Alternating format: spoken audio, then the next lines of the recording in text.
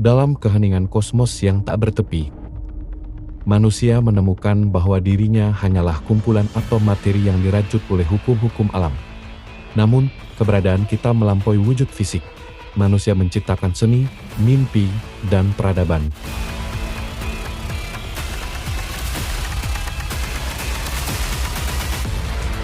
Dengan teknologi yang terus berkembang, kita menantang batas ciptaan itu sendiri.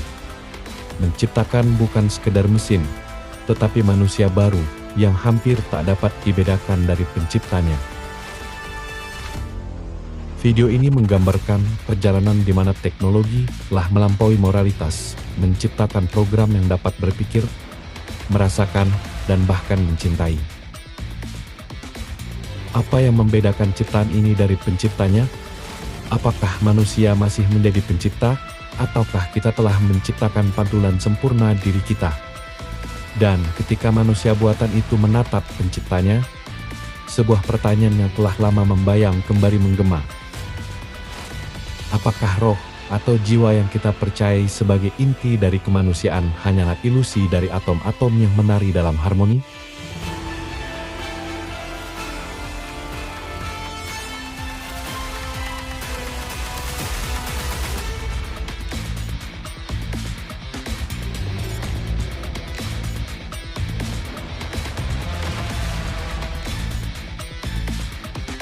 Selamat datang di dunia, di mana batas antara pencipta dan ciptaan semakin kabur. Akankah kita menemukan jawaban, atau justru semakin tersesat dalam pencarian kita?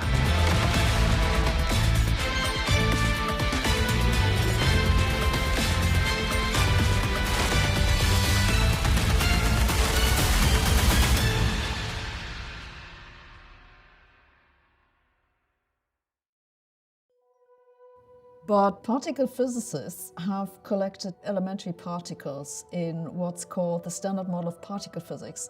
And those particles, for all we currently know, make up everything around us, the entire universe, including us. Now, a lot of people seem to be a little bit uncomfortable with this. They're wondering, isn't there something more about me? Am I not a little bit more than just those fundamental particles? Where's my consciousness come from? Whatever happened to my soul? Konsep jiwa telah menjadi perdebatan panjang dalam filsafat, agama, dan sains. Jiwa sering dianggap sebagai entitas non-fisik yang terpisah dari tubuh dan bertanggung jawab atas kesadaran manusia. Namun, perkembangan ilmu pengetahuan, khususnya fisika modern, menawarkan perspektif yang berbeda. Pertanyaan mengenai jiwa manusia telah lama menjadi topik sentral dalam diskusi filosofis dan religius. Dalam banyak tradisi, jiwa dipandang sebagai bagian penting dari keberadaan manusia yang melampaui tubuh fisik. Namun, ilmu pengetahuan modern, khususnya fisika, mulai meragukan validitas konsep ini. Fisikawan Sabine Hossenfelder menyatakan bahwa berdasarkan hukum-hukum fisika, tidak ada bukti eksperimental yang mendukung keberadaan jiwa sebagai entitas terpisah. Pendekatan ini bertolak belakang dengan keyakinan tradisional yang menganggap jiwa sebagai sumber moralitas, kesadaran, dan bahkan keabadian.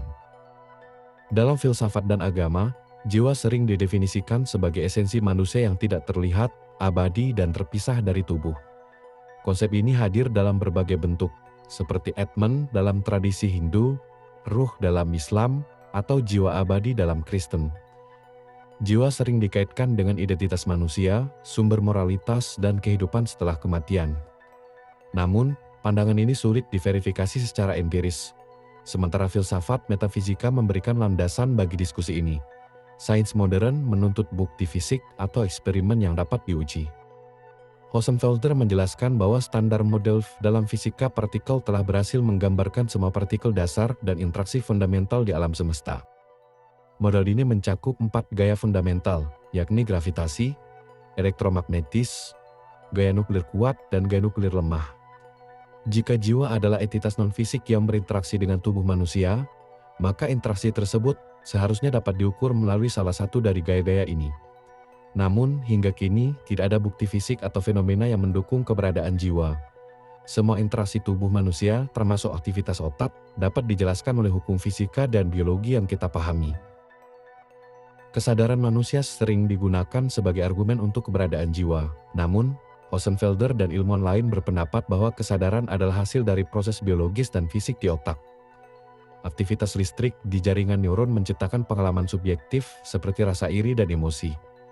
Penelitian dalam neuroscience menunjukkan bahwa kerusakan atau perubahan di bagian tertentu otak dapat mempengaruhi kesadaran, ingatan, dan kepribadian seseorang.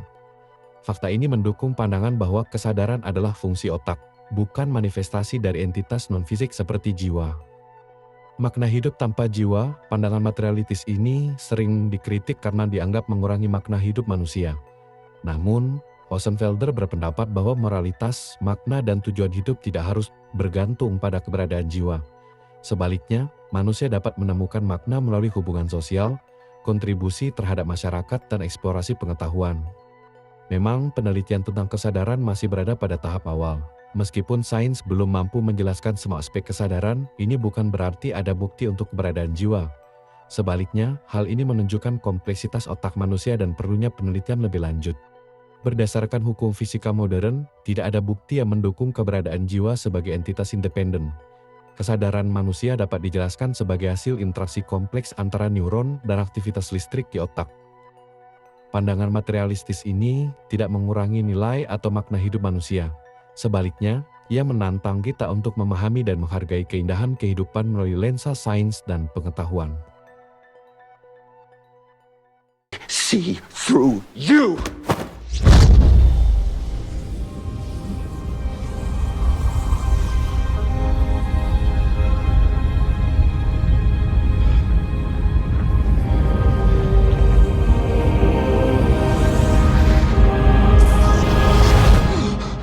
To me.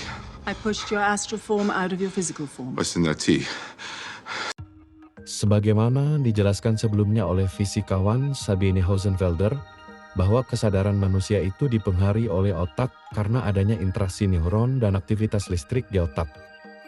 Hossenfelder juga menjelaskan bahwa bukti keberadaan jiwa sangat sulit ditemukan, bahkan tidak terdeteksi dan tidak berinteraksi melalui keempat gaya fundamental dalam alam semesta, yakni gravitasi, elektromagnetik, gaya nuklir kuat, dan gaya nuklir lemah. Sehingga dalam kajian filosofisnya, beberapa ilmuwan kemudian menyatakan bahwa jiwa atau roh itu hanyalah ilusi. Namun benarkah demikian?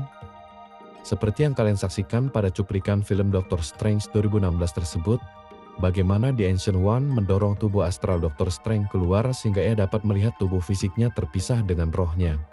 Dan ia kemudian menyadari bahwa realitas dan kebenaran itu tidak hanya sekedar apa yang tampak dan terdeteksi melalui pengukuran dan pengujian ilmiah atau bukti-bukti empiris. Keabsurdan di dalam mekanika kuantum juga membuka celah bagi ilmu fisika modern untuk mencari hakikat realitas. Kesadaran manusia menjadi hal yang fundamental di dalam pencarian hakikat realitas ini.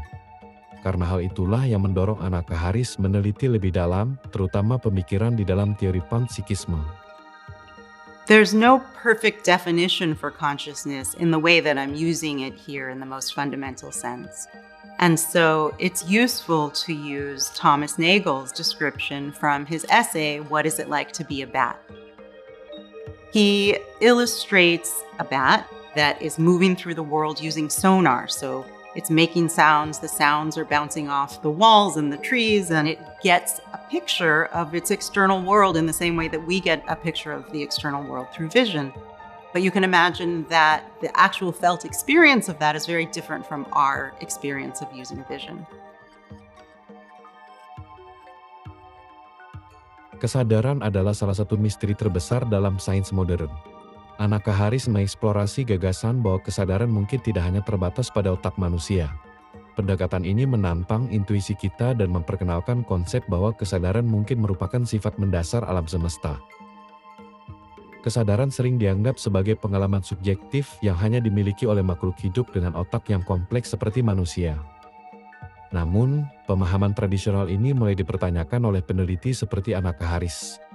Ia menyebutkan bahwa sains modern mengguncang intuisi kita tentang kesadaran, membuka kemungkinan bahwa kesadaran bukan hanya hasil aktivitas otak, tetapi juga sifat mendasar dari alam semesta. David Chalmers, seorang filsuf, ia pertama kali memperkenalkan istilah hard problem of consciousness, yang merujuk pada kesulitan menjelaskan bagaimana dan mengapa pengalaman subjektif muncul dari aktivitas fisik di otak. Anaka Harris memperluas diskusi ini dengan menanyakan apakah kesadaran benar-benar berasal dari otak atau justru lebih mendasar lagi, seperti pada partikel atom misalnya. Harris menjelaskan bahwa pengalaman subjektif seperti warna merah atau rasa sakit sulit dijelaskan hanya dengan mekanisme fisik. Meski kita dapat memahami proses otak melalui neuroscience, pertanyaan mengapa dan bagaimana sensasi ini muncul tetap menjadi misteri. Salah satu pendekatan radikal yang diperkenalkan Harris adalah teori panpsikisme. Teori ini menyatakan bahwa kesadaran mungkin merupakan aspek dasar dari semua materi, seperti halnya massa atau energi. Jika kesadaran adalah sifat mendasar, maka setiap partikel, termasuk elektron dan proton, memiliki bentuk kesadaran yang sangat sederhana. Meskipun menarik, teori panpsikisme menghadapi kritik, yaitu kurangnya bukti empiris dan tidak ada cara untuk mengukur atau mengamati kesadaran pada partikel-partikel dasar. Pertanyaan filosofis kemudian muncul. Jika semua partikel materi memiliki kesadaran, bagaimana bentuk kesadaran sederhana ini berkontribusi pada pengalaman subjektif yang kompleks? Namun, Harris berpendapat bahwa gagasan ini masuk akal dibandingkan menganggap kesadaran muncul begitu saja dari aktivitas otak yang kompleks. Jika kesadaran itu dimiliki oleh semua partikel dasar, maka manusia bukanlah pusat dari pengalaman kesadaran di alam semesta ini. Melainkan, alam semesta di luar manusia juga memiliki kesadaran yang jauh lebih kompleks. Mungkinkah planet dan bintang saling berkomunikasi dalam kesadarannya? Mungkinkah pepohonan saling menyapa dengan bebatuan dalam kesadarannya? Pendekatan panpsikisme membuka jalan untuk penelitian interdisipliner yang menggabungkan neuroscience, fisika, dan filsafat untuk memahami fenomena kesadaran dan alam semesta. Anaka Harris memperkenalkan pandangan bahwa sains mengguncang intuisi kita tentang kesadaran.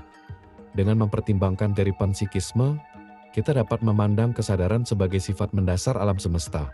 Meskipun kontroversial, pendekatan ini memperluas pemahaman kita tentang kesadaran, mendorong penelitian lebih lanjut, dan mengunggah pertanyaan filosofis baru tentang eksistensi manusia.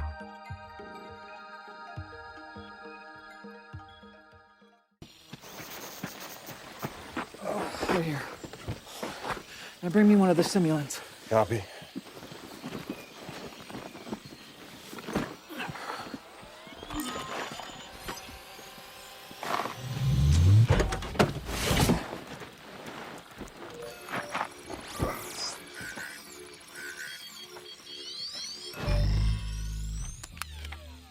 Shit. It's faint. He's been dead for hours. We'll be lucky to get 30 seconds.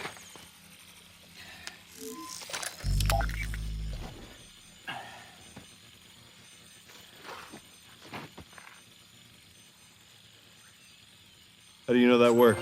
Oh, shit! Oh, shit! Shipley? What the hell? Shipley? What the hell? Shipley, where's the weapon? The most ambitious has been proposed by people who believe that one day we will create a robot body that is perfect. A Superman, beautiful, elegant, super powerful body with no brain. Then we will start to extract our brain tissue, neuron for neuron, and duplicate it with transistors. So for every neuron we take out of our brain, we replace it with a transistor. Sooner or later, chunks of our brain are removed and inserted transistor for transistor inside this robot body. Now we're fully conscious during this process. Part of our brain computes here, and part of our brain computes over there, connected by wires. Well, after a few hours, large portions of the brain are gutted, and huge chunks of transistors are added to this robot of silicon and steel.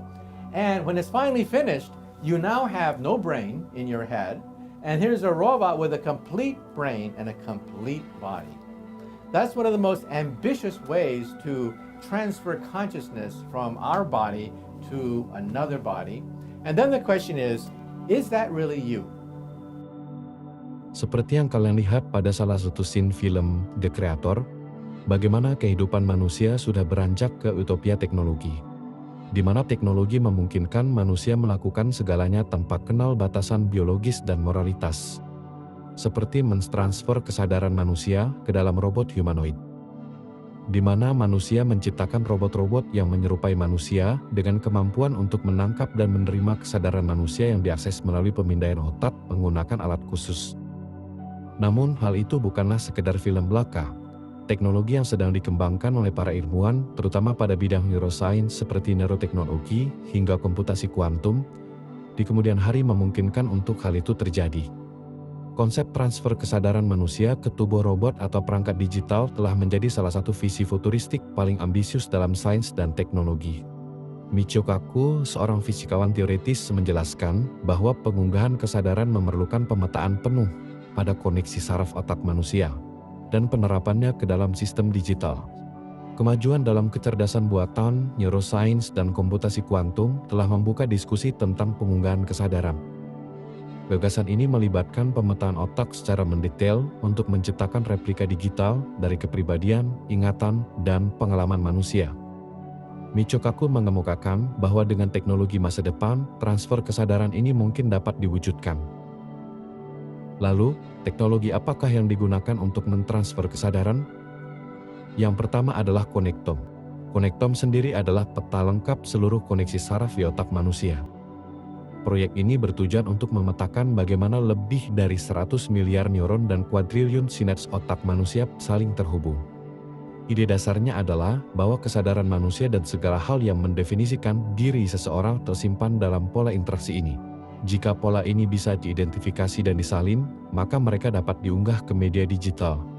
Konektom ini menggunakan alat yang bernama Functional Magnetic Resonance Imaging, yang bekerja dengan cara melacak aktivitas otak secara real-time. Kemudian, transfer kesadaran ini juga memerlukan teknologi seperti Brain Computer Interfaces atau BCI, seperti yang dikembangkan Neuralink, yang mencoba membaca sinyal otak untuk dikirim ke perangkat eksternal. Teknologi BCI masa depan memungkinkan perekaman aktivitas saraf yang lebih rinci dan mendalam. Komputasi kuantum juga dipandang sebagai solusi untuk memproses volume data otak yang luar biasa besar, karena jumlah data dari otak manusia bisa mencapai petabytes, atau sekitar 1 juta gigabytes. Hanya komputasi dengan kecepatan tinggi yang dapat menangani tugas ini.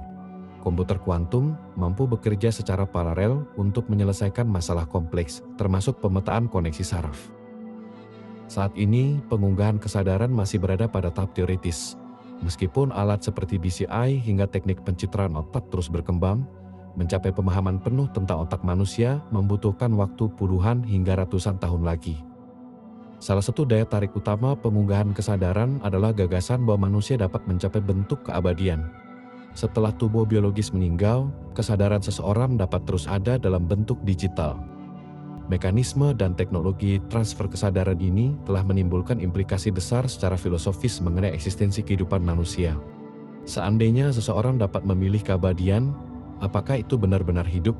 Tanpa tubuh fisik, individu mungkin kehilangan banyak aspek pengalaman manusia, seperti emosi yang berasal dari sensasi tubuh atau hubungan intim biologis. Pengunggahan kesadaran mungkin menghasilkan replika pola otak, tetapi apakah replika itu memiliki kesadaran sejati atau hanya simulasi? Dan jika replika itu hanya meniru respons pribadi seseorang tanpa pengalaman subjektif, apakah itu tetap disebut sebagai pribadi? Di sisi lain, jika pengalaman subjektif dapat ditransfer, apakah itu berarti jiwa manusia juga dapat ditransfer? Jika memang manusia memiliki jiwa, maka kesadaran itu harus berbarengan dengan jiwa yang ada dalam diri pribadi itu. Sehingga jika kesadaran itu ditransfer, seharusnya jiwa juga akan berpindah. Karena jika tidak, maka asumsi beberapa ilmuwan yang mengatakan bahwa roh atau jiwa hanyalah ilusi itu benar adanya. Mungkin pembuktian akan hal ini, semua tinggal menunggu waktu.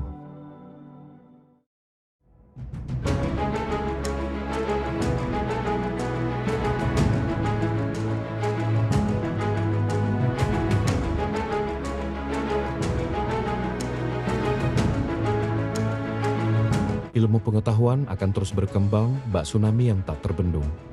Penemuan-penemuan dalam sains akan mengubah paradigma kita mengenai realitas, bahkan mengubah pandangan kita terhadap eksistensi Tuhan, manusia, agama, dan kepercayaan.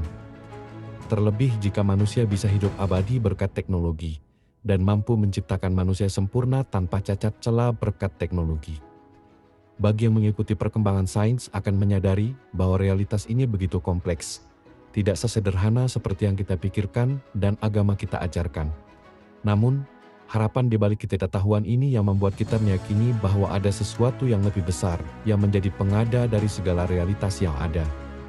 Menjadi perdebatan filosofis yang tiada habisnya, seolah menuntut bukti untuk bisa mengerti, namun seolah terhenti karena batasan indrawi. Roh ataupun jiwa tetap menjadi misteri bagi sains, dan kesadaran juga masih terus diteliti hingga kini.